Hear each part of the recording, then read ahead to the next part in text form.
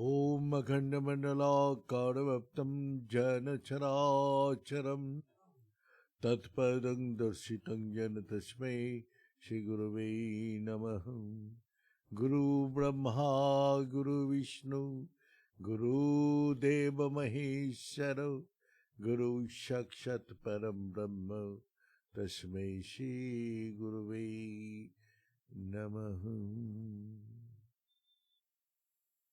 आज का विषय जो है अहंकार। भगवान के दरबार में पहुंचने के लिए अहंकार और निरहंकार। अहंकार हमेशा उसको रोकता है और निरहंकार उसको हमेशा भगवान के दरबार में पहुंचाती है। इसी प्रकार हम लोग वेद पुराण और शास्त्र में देखते हैं, जो गुरु का पास जाके जो शिक्षा लेते हैं, गुरु ही शिष्य का अहंकार को नाश करते हैं और निरहंकार का सद्गुण उसका अंदर जागृत करते हैं।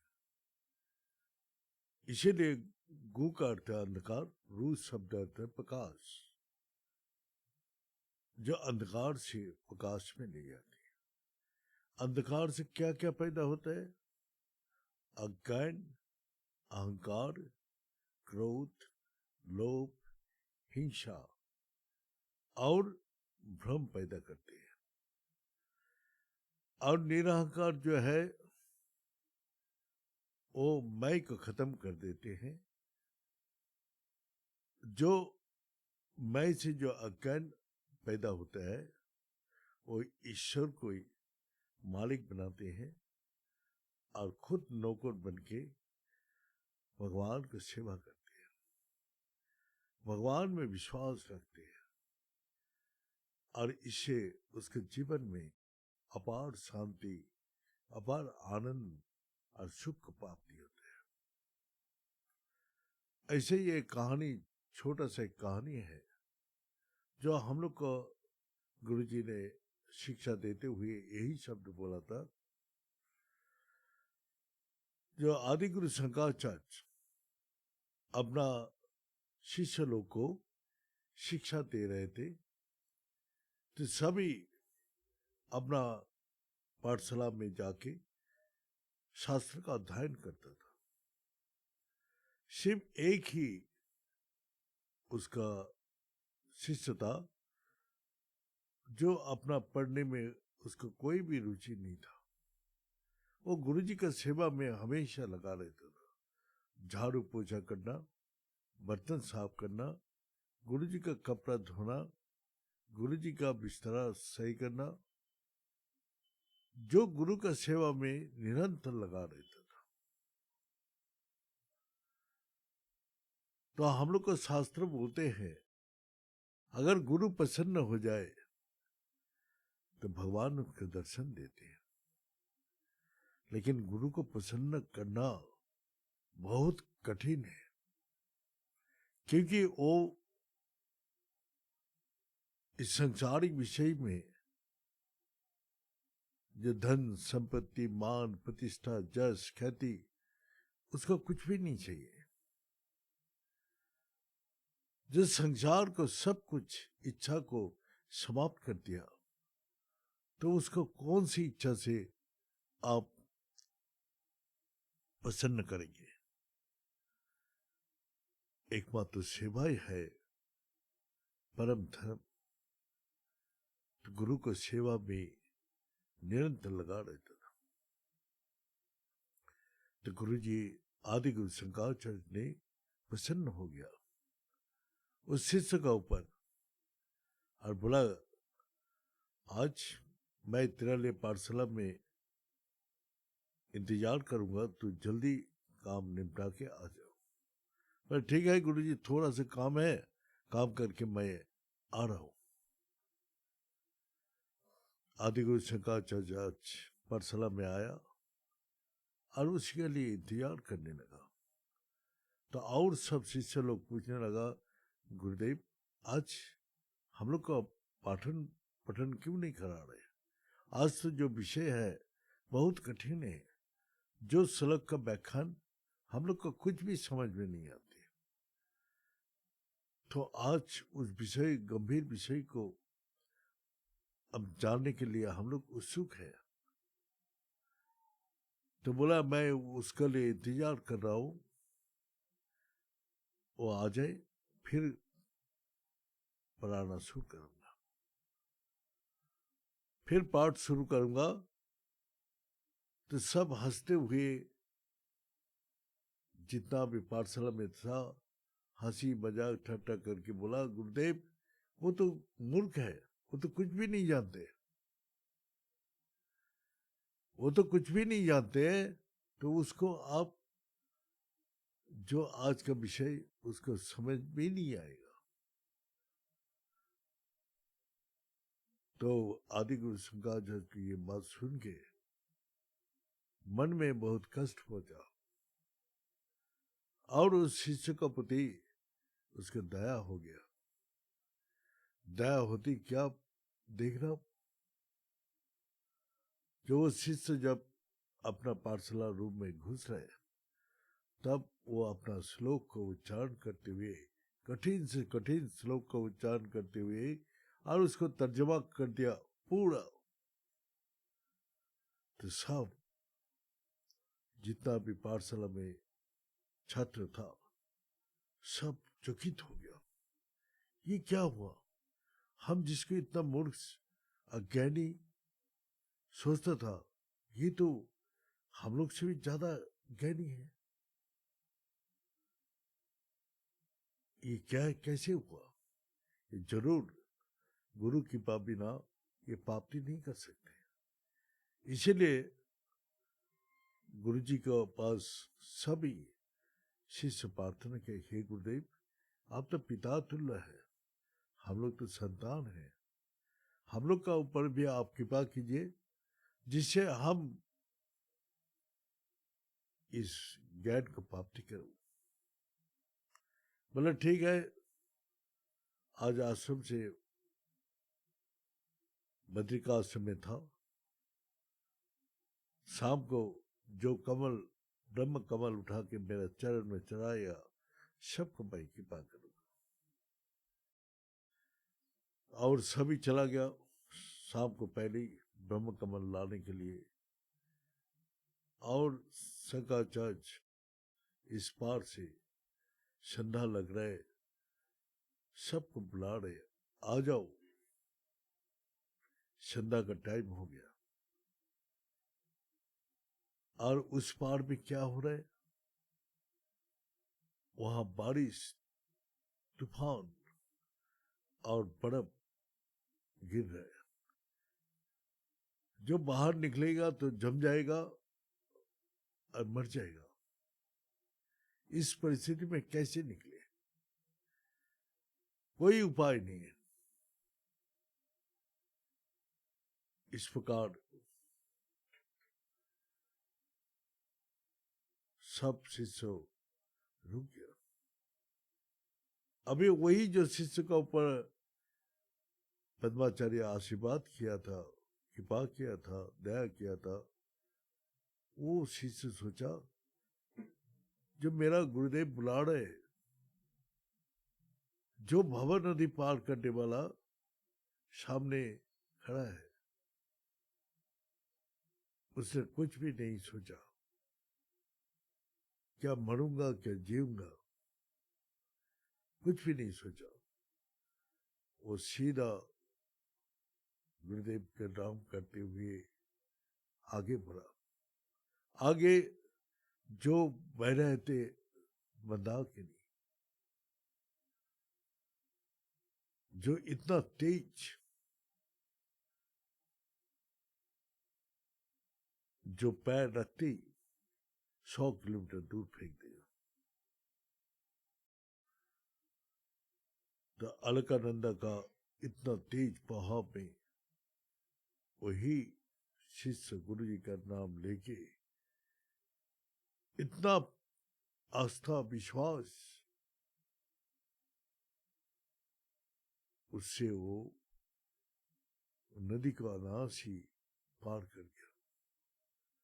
जब नदी पार कर रहे थे तो उसका चरण के नीचे एक एक कमल खिलते गया, और खिलते हुए उसको पानी में थोड़ा सा भी पैर नहीं लगा। उसने पार होके अपना आदिगुरु शंकराचार्य का चरण में अपना कमल चढ़ा दिया, और उससे उसका ब्रह्म ज्ञान हो गया, पूर्ण ब्रह्म ज्ञान में समाधिस्थ हो गया। तो हमारा जब विद्या अहंकार पैदा करते हैं, जो शिक्षा हमको अज्ञानता पैदा करते हैं,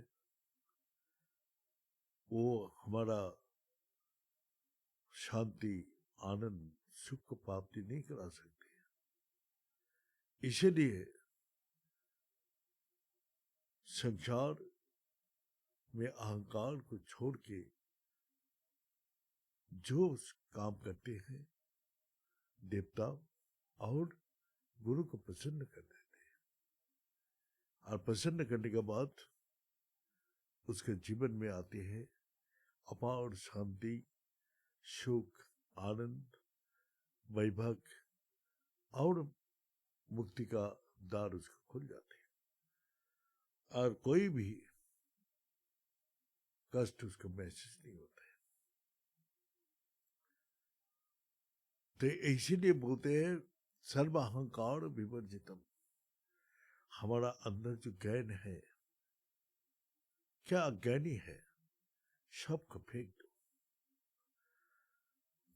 तुमको जो ज्ञान सीखा है, जो तुम्हारा मन तुमको बोल रहा है, बा आसपास पड़ोस वाला तुमको बोल रहा है, किसी को बात नहीं सुनना चाहिए। गुरु जो मार्गदर्शन करा रहे, गुरु का बात सुन के जो चलते हैं, वो इस संसार का सारी बंधन से मुक्त होके परम सुख को प्राप्त करती है। इसी प्रकार और एक ब्रह्म ज्ञानी अष्टावक्र मुनि, जो अपना शिष्य का नाम, अपना प्रशंसा सब जगह करता था, तो अष्टावक्र मुनि का साथ 1000 सन्यासी रहता था, और वो लोग नेगोटी और कमंडल चिमटा लेके उसके साथ चलते रहता था। इतना त्याग वैराग का प्रतीक बन गया। लेकिन राजा जनक का प्रशंसा सुन के सभी बोला, गुरुदेव, राजा जनक राजा है, वो आपका बहुत सेवा करते हैं धन दौलत संपत्ति से, इसी से क्या आप उसका नाम लेते हैं? हम लोग तो सब छोड़ के आ गए आपके पास, आपको पीछे हम लोग निरंतर चलते रहते हैं। बोले, तुम लोग जो ये सब बेस पढ़ने का बाद जो शक्ति हासिल नहीं कर पाया, वो राजा जनक किया है। इसीलिए हम इस संसार का कोई भी वस्तु से मेरे को कोई लगाव व इच्छा ही नहीं है, तो इस संसारिक वस्तु से मेरे को प्रसन्न कर ही नहीं पाएगा। तो फिर देखना है, चलो मैं दिखाता हूं। राजा जनक के पास 1000 सन्यासी को लेके पहुंचा। बोले, मैं 7 दिन यहाँ निवास करूंगा। तो मंडप बना दिया 1000 सन्यासी के रहने के लिए, गुरुदेव के सेवा के लिए सारी प्रबंध कर दिया। तो शाम को टाइम जब आया तो सबको अपना मंडप में ध्यान में बैठा दिया। ध्यान में बिठाने के बाद उसने बोला, देखो बेटा हम जब तक वापस नहीं आए तब तक आप लोग धैर्य से उठना नहीं। तो मंडप जाने के लिए एक ही रास्ता था और दूसरा कोई रास्ता नहीं है, उधर से जाना आना करना पड़ता था। और अष्टवक्र मुनि अपना विद्या से उस माया का रचना किया और मंडप में आग लगा दिया, आग में जलने लगा। जब वो जलने का आभास मिला तो सारी सन्यासी सब अपना कमंडल चिमटा लेके भागने लगा। तो जब रास्ता तो एक ही था, उसी रास्ता में उसी टाइम अष्टवक्र मुनि वापस आ गए। तो बोले गुरुदेव, अरे आप लोग उठ के आ गया, क्या बात है? बोले गुरुदेव वहां तो आग लग गया मंडप में, हम लोग आग से बच के भाग के आए। बोला आग लग गया? बोला हाँ। बोले सभी आ गया? बोला हाँ। राजा जनक कहाँ है? तो सबका बीच में राजा जनक को दिखाई नहीं दिया। बोला हम लोग अपना जाल लेके भागने के समय किसी का ध्यान ही नहीं रखा, कौन कहाँ है, चलो जाके देखता हूं। जाके देखा जे राजा जनक ध्यान में बैठा है, चारों तरफ आंख है, लेकिन आंख का कोई भी असर उसमें नहीं हो रहा है। जैसे अष्टवक्र मुनि बुलाया, राजा जनक आप उठ के आ जाओ। जैसे ही उठा, देखा वहां कोई आंख नहीं है ना कुछ है, वो माया का रचना था। तो जब तक अहम बोध है तो देह मन बुद्धि का प्रतिक्रिया का ऊपर हम लोग काम करते हैं। जब देह मन बुद्धि से परे चला जाते तो गुरु का आदेश से हम लोग काम करते हैं। तो गुरु जी दिखा दिया, राजा जनक गुरु का आदेश को पालन करते हैं। मंत्र मूलम गुरु वाक्यम, गुरु वाणी जो है मंत्र का वहां पे काम करते हैं। किसका? जिसका इतना विश्वास रास्ता है, जो निरहंकार से यही विश्वास आस्था पैदा होता है। अहंकार से उसका देह मन बुद्धि से वो चलते हैं। इस कारण से शास्त्र में जो बताया है, तो गुरुदेव हम लोग का इसी प्रकार समझाता था, अगर जीवन सफल करना है तो ये देह मन बुद्धि से ऊपर उठना पड़ेगा, और गुरु का आदेश को पालन करना ही उसके जीवन का असली मंत्र है। तब उसका मंत्र क्रियाशील होता है और वो चैतन्य शक्ति में समाधिस्थ हो जाती है। उसके इस संसार का कोई भी चीज उसके ऊपर हावी नहीं हो पाती है, वो हमेशा आनंद सुख में रहती है। यह है सर्व अहंकार विवर्जितम, सब अहंकार को त्याग करके हमारा जीवन सफल होता है। यही कहानी गुरु जी हम लोग को सुनाया था। आज यहाँ बोल के समाप्त करता हूँ। ओम पूर्णमद पूर्णमिदं पूर्णार्थ पूर्णमुदच्यते पूर्णस्य पूर्णमादाय पूर्णमेवावशिष्यते। ओम शांति शांति शांति। बड़े सच्चे दरबार की, बड़े सतगुरु भगवान की, बड़े शंकर भगवान की, बड़े माता जगदम्बे की, बड़े भक्त बिंदों की, बड़े संत बिंदों की, बड़े सनातन धर्म की, बड़े धर्म की और धर्म का प्राणियों में विश्व का हर हर महादेव। ओम पूर्णा पूर्णानंद पदायने संसार सागर त्राये संभवाये नमो नमः। आज सत्संग वर्धमान में तापोस मित्र का घर में और सारी वर्धमान का भक्त का साथ लेके हो रहे।